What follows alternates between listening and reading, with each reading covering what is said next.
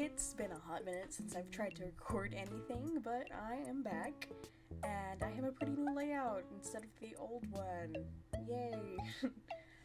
I've had a few people ask me how I make sprites, or like how I use Adobe Animate, so I'm gonna go through and show you how I do it step by step for the most part.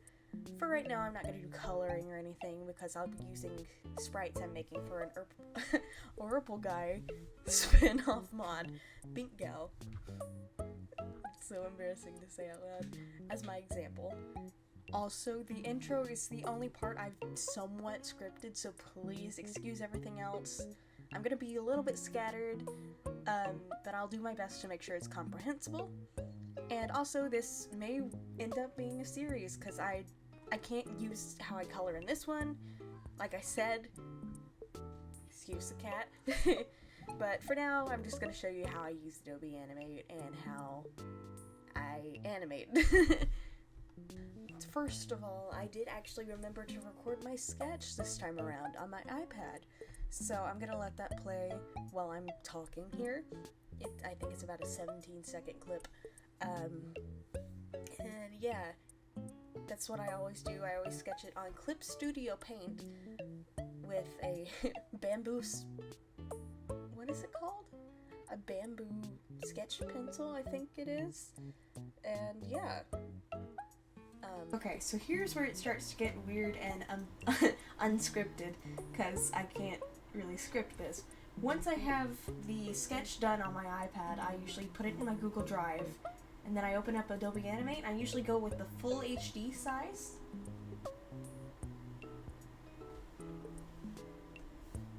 Once I have that pulled up, you can usually drag and drop things into Adobe Animate, such as, and I will usually open up the boyfriend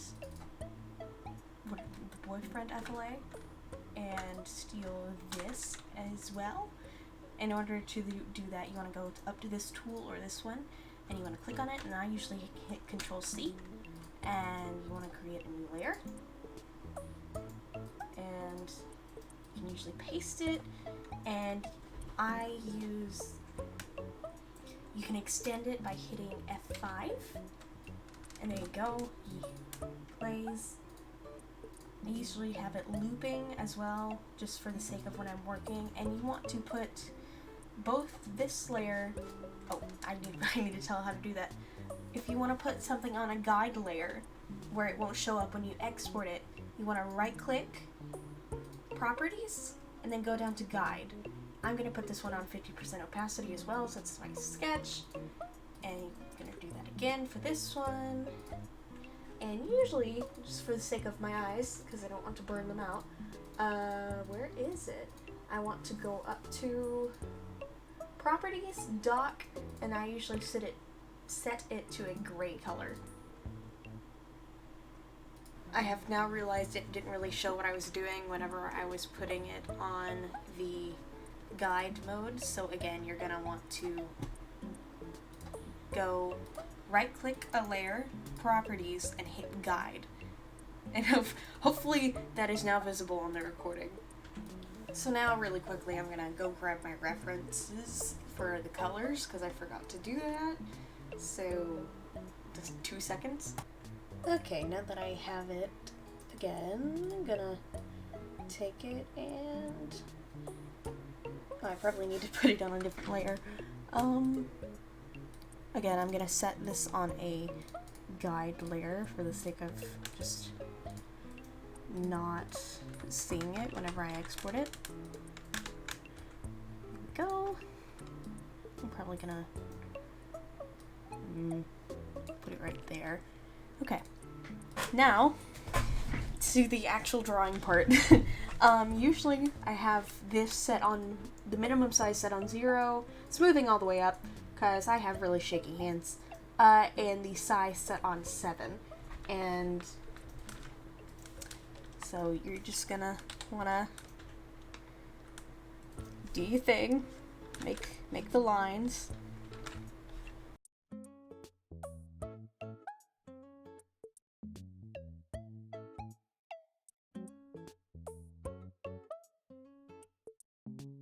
Just clean it up, and don't be afraid to like overshoot your lines, because you can always just go back and clean it up later. See, ta-da! Once you have that, I usually have a layer for this. Okay, I usually have separate layers for the head. I would have 2 different layers for the pigtails. I'm gonna have one for the face, one for the torso, maybe. I might make the legs a separate one for that one, and one for that one. So that's about, for this one it would be 1, 2, 3, 4, 5, 6, 7, 8 different layers. And of course, again, to make a new layer, you go down here. Easy enough, right? And I'm gonna take this, and so I can see the face, I'm gonna bring down the opacity temporarily on this, so I can actually draw her silly face. Oh, nope, you don't want to do that. There we go.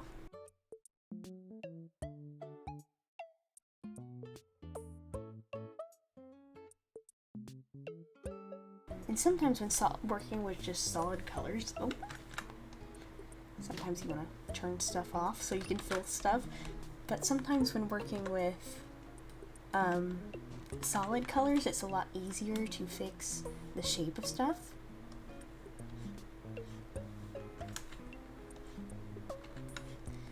Like such.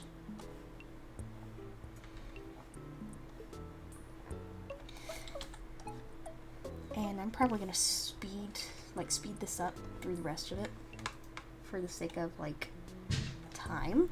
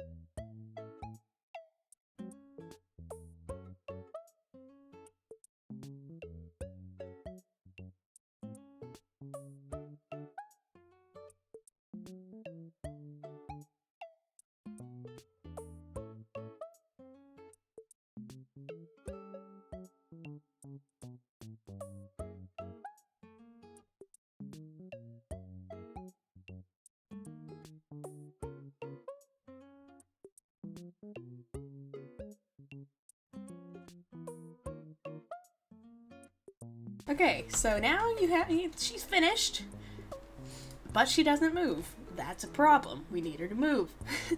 So, I'm not sure how much of this will show up, but I will still talk through what I'm doing. I'm gonna go ahead and just remove these frames for the sake of easiness. And I'm going to go to, okay, oh, my brain. So this is the face. I can tell it's the face because it's highlighted. And in order to kind of make it move properly, you're gonna want to right click it, go to convert layers to symbol, and I'm gonna name it face. And you're just gonna want to do that for all of your layers depending on whatever they are. So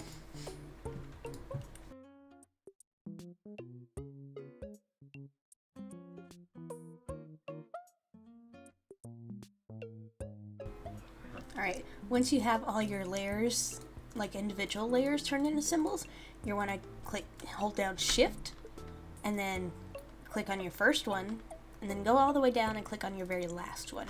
And you're going to right click, convert layers to symbol, and then name it whatever you want, like whatever the character's name is, and then idle is what I usually do. And there you go. Now, you're going to think, oh well, that's cool, but why don't they stick together? Well, I will tell you why. Parenting. Parenting is a headache. I'm just gonna say that now. But usually first of all, okay. First off, to do parenting, you want to click this button right here, and it'll pull up this whatever. And you can click these and parent them to whatever layer you want. And wow, they'll move with each other. Of course, that's not what we want right there, but you know. I usually parent the face to the head. If they have hair, I also parent that to the head. And then I take the head, connect it to the torso, and connect the arms to the torso as well. And then finally connect everything to the legs. So now, whenever you transform this, woo, it all moves together.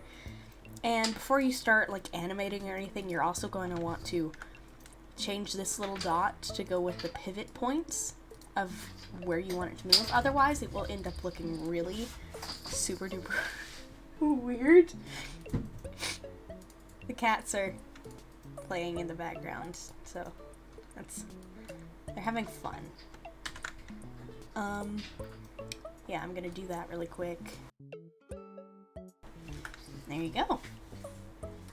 So now you have everything parented, everything kind of where you want them to be, where you want them to move. And usually my golden rule for the amount of frames I want to add is 14. However, excuse me, usually I put the end keyframes at 7. So in order to cut a piece in here, you want to hit F6. And again, if you want to extend it, you select and then hit F5. So now you're going to want to position the beginning frame however you want it. So I usually like to make it slower and squish a little bit, so you kind of just need to know the basics of animation for this. So she kind of, yeah, and just kind of think how, I'm gonna sound deranged, I'm sorry, just think how would this move if it were a thing. So she bounces, and kind of want her head to go down a little bit whenever she bounces. Also, if you want to move things just little pixels by pixels, you use arrow keys, but if you want to move things faster, you hold down Shift and hit the arrow keys as well. So I don't like how that looks, so I'm going to press Control Z to undo.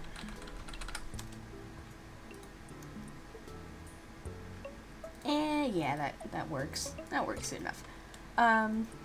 So now I want to select all of these frames, and animators are going to want to kill me for this. But, oh wait. Okay, sometimes if I want some interesting follow-through, instead of having 7 frames for the head, I have 9 frames. So it's going to look stupid right now, but yeah. Okay, anyways, I select all of these frames, and I right-click and go to Create Classic Tween. Now, animators are going to be like, ew, tweening! Oh, trust me, it works good when you do it right. So you're going to want to select all of them again and go to here, click on Classic Ease. You want to be on Properties and Frame, Classic Ease. And I usually go to Custom, New, and kind of adjust the graph to look like about this-ish. And it's not perfect right now. I'm probably going to make a few adjustments, actually, but there it is for now. I'm praying the graph shows up on the recording. I'm actually going to try to edit the ease a little bit to make it a little more bouncy at the beginning.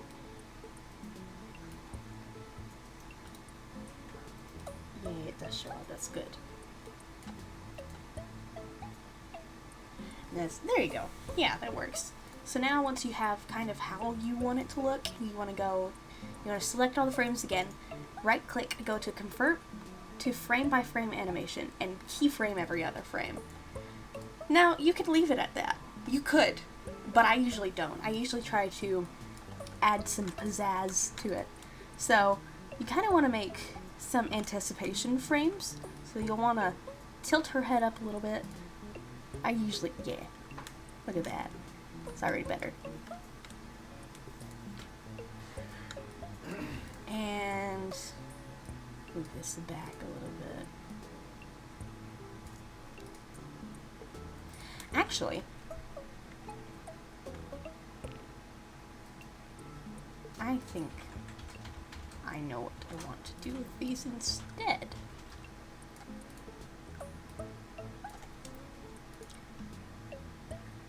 Yeah.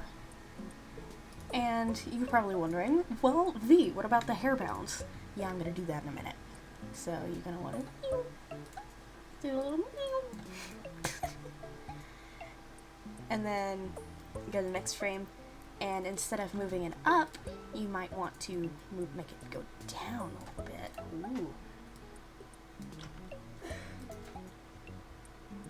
That bounces a little too much, so I'm gonna adjust it a little bit.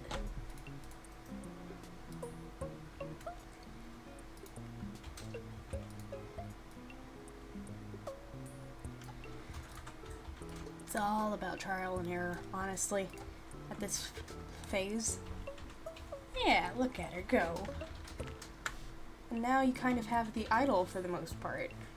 I don't really see anything else I could change. You could maybe make the face go up and down a little bit if you wanted to.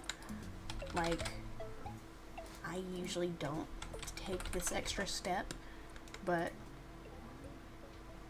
yeah. Go. So now for organization purposes, I usually go to library and make a little folder, call it A, so it goes at the top. And I usually take the idol and put it up in there so I can keep track of all the poses. Now, speaking of poses, to do all the poses and stuff, you're going to want to right click on your idol in the library, duplicate, and I usually go left, down, up, right for the order of the poses. So I'm going to do the left one as an example. So I usually like to go out, and again, I usually steal the boyfriend left, so I have a reference, which I can't remember which layer he's on. I think it's this one. Yeah, it is. Gonna unlock it, because I usually lock it for the sake of not getting everything messed up. And I turn on onion skin so I can position it properly. So he'll go right there. And I kind of usually do 11 frames for that. Oh yeah, I also want to extend this so you can see them together. Make sure it kind of matches, kind of looks how you want it to. And then I'm going to want to take this, add a new blank keyframe. You do that by clicking on a frame, clicking right click, and then insert blank keyframe. I'm going to want to add the left pose, even though it doesn't look like the left pose yet, so I can see it while I'm working. And I'm going to want to remove these frames, and I'm going to go pull up my references and stuff really quick so I can see what I'm doing, so I will be right back. Okay, now I have my references pulled up. So, just so I don't accidentally edit the actual things, I'm going to click on, say I want to edit the legs first. I'm going to click on that, right click on that, duplicate symbol, legs 1. And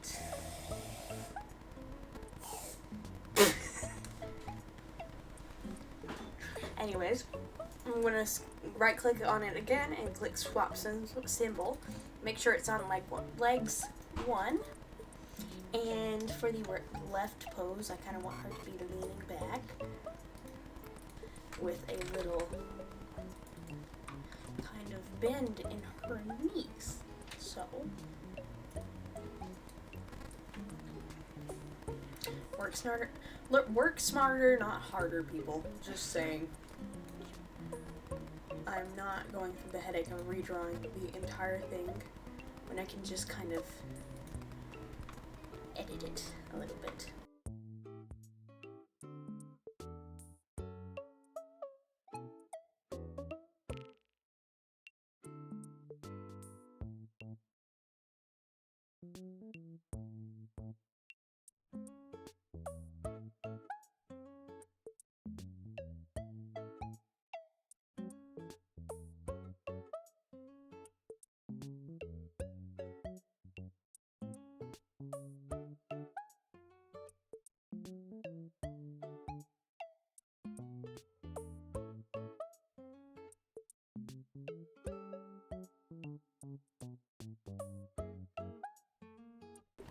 Okay, once I have like everything edited how I want it, my golden rule for poses is actually 15 frames, but usually I only use like 2. So, really, the first frame you want to be a little bit of an overshoot. So it kind of, you know, has a little thing. Sometimes I'll do a little shoulder tilt. Do a little dance. Of course, that's kind of how it's supposed to be.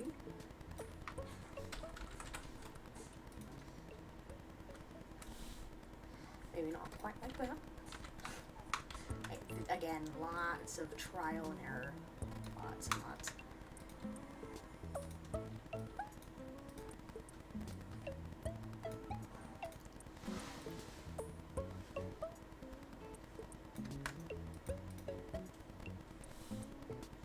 Of course, when you think it might kind of look good, you want to go check it outside of the...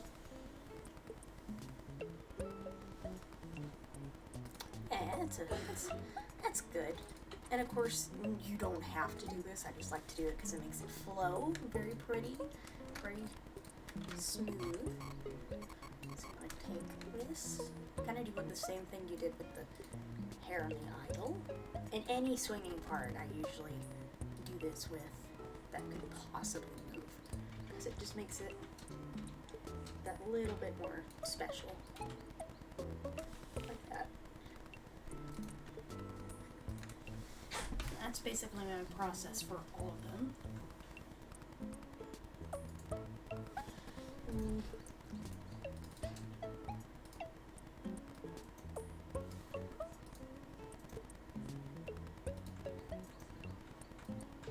Just kind of edit it to your liking. If something looks off, don't be afraid to adjust it.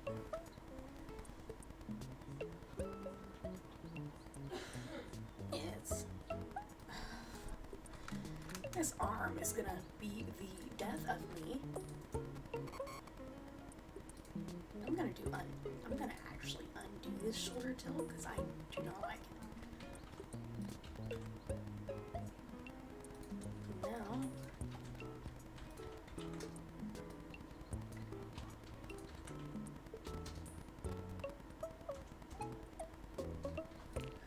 is that any better? Yeah, I think so. I like that. So you just kind of want to do this for the rest of your poses. So yeah. I just wanted to pop in and say I noticed some weird audio distortion on that last clip. Hopefully it's bearable. I'm really hoping that doesn't persist throughout the entire video. I'm really sorry about that. Anyways, back to the tutorial itself.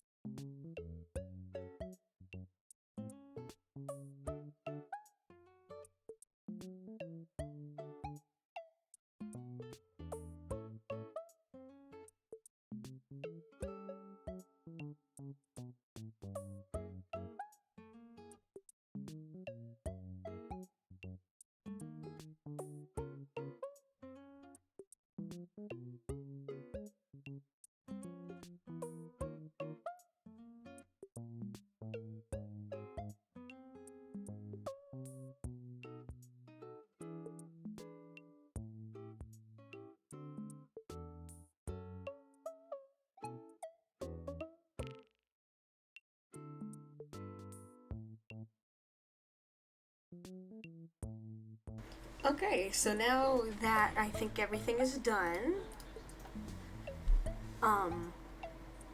you're gonna want to go check through all of your animations, make sure they're all right. Go up to the library, and you know where you had the folder you made earlier, that's up at the top? Select on the first thing inside the folder, hold down shift, click on the last thing, then right click, generate sprite sheet. And you're going to, I want to make sure this is showing up on the screen. Hang on. There we go. You're going to want to make sure that is in Sparrow V2. I have a lot of border padding because sometimes my things like to mess up. Just basic Sparrow 2. I usually have it on auto size and just make sure everything's correct. I'm gonna make a new folder to put this in really quick.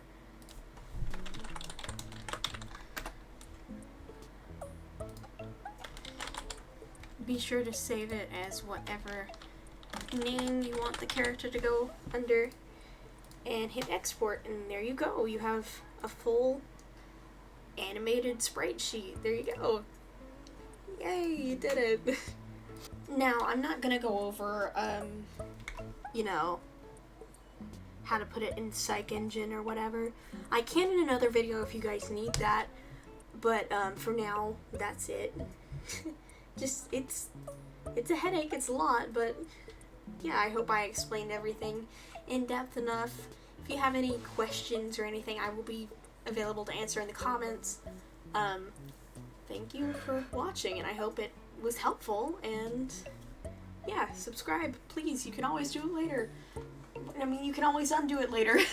But yeah, goodbye. Thank you for watching.